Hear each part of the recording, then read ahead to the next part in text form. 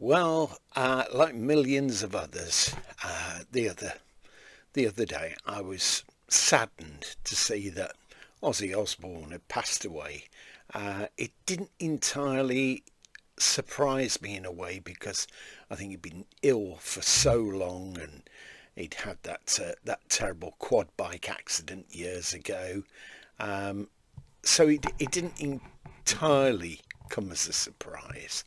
I was gladdened to see that he managed to complete that gig at Villa Park with the original band members of Black Sabbath and lots of other people who in the industry who admired him, influenced by him, and many other factors.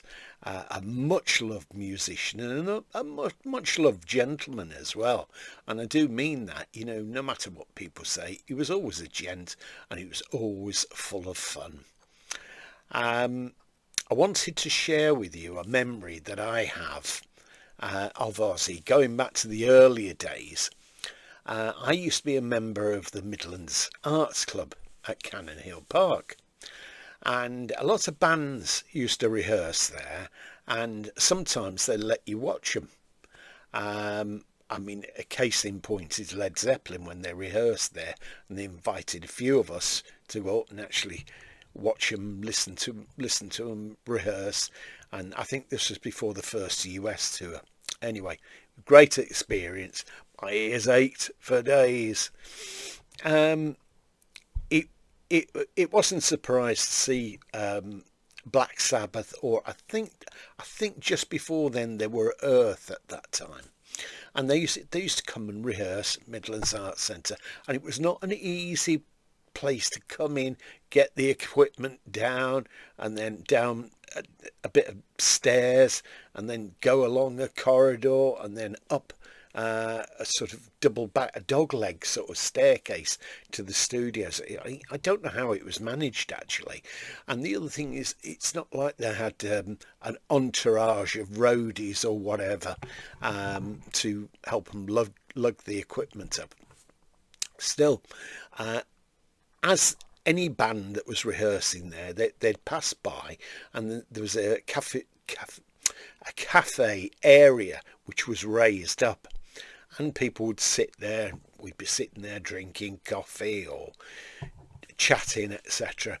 And I remember one instance where I was there, and I think it was mid-afternoon, something like that, and I was sat down on this one bench, and Ozzy came down. I think he had blonde in his hair at that time, and sat down next to me, and he had baked beans on toast brought over to him by this lady who used to run the cafe called cafe, what's it they call it, cafeteria maybe. She was called Nancy, an older lady, always full of fun, and everybody knew her. Some feared her, I don't know why. She did tend to speak her mind at times. Anyway, he came down with his plate of baked beans. No, he didn't come down with a plate of baked beans, I beg your pardon. He'd ordered baked beans on toast, and this lady Nancy brought it down to him, and it was two thick slices of white bread and baked beans on top, and it was all running down over the over the edges. Anyway, he said to me, "Would you like to share some of this with me?" Now, bear in mind, I didn't know him apart from, I knew who he was, etc. And I said, "Yeah, that'd be nice, thanks." So as Nancy's walking back from having left the plate, he shouts, "Nancy, Nancy, can you give us another plate and another knife and fork, please?" So she comes back in a minute and down to him, and she says, "What did your last servant die of, Ozzy?" And he laughs, and it was pointing to these baked beans. It's just a massive amount of the baked beans that were over. So he split them up, and I had half and he had half. And he said, I can't remember if it was Nancy that said this or whether it was him that said it. I prefer to think it was him that said it. That is what they call the Hanging Gardens of Brummagem, because it was all coming down. Anyway, we ate our baked beans on toast, and I must say it tasted very nice, and there was brown sauce there, which is the only way to eat Heinz baked beans on toast. And he chatted a bit, what do you like, what music do you like, blah blah blah. So we had a bit of a natter there. And another time I remember seeing, I think they were Black Sabbath at the time then, and it was at Calthorpe Park in Edgbaston, and there were other people that were playing there, including a group called Barkdenkel, Frosty Moses, Tea and Symphony, and the Edgar Broughton Band. And I think Black Sabbath or Earth, but I think it was Black Sabbath at that time, were the major thing. It was a free festival, and it was in a park, in Calthorpe Park in Borsall Heath, not very far from Midlands Arts Centre, and it was absolutely brilliant.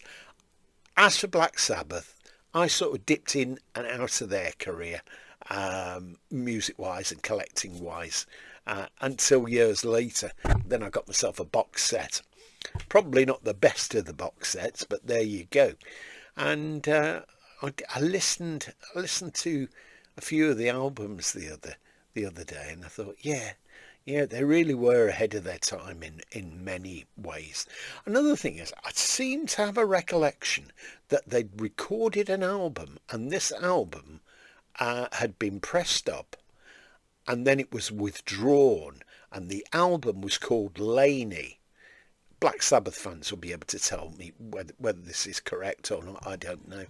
And it was called Laney, and I think it was Laney after the Laney PAs. If anybody's got any knowledge of that, please let me know, because I'd love to hear if it is correct anyway. Okay, well, that's my minor memory of Ozzy. He's always been very friendly with a relative of mine, with my uncle, and of course, who was managed by his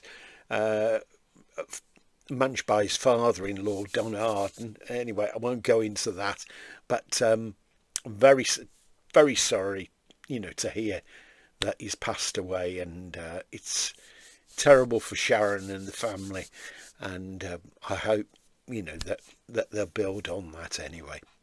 But I'm glad that he went out as he wanted to anyway. It's a great man anyway, and certainly a credit to Birmingham. Bye for now.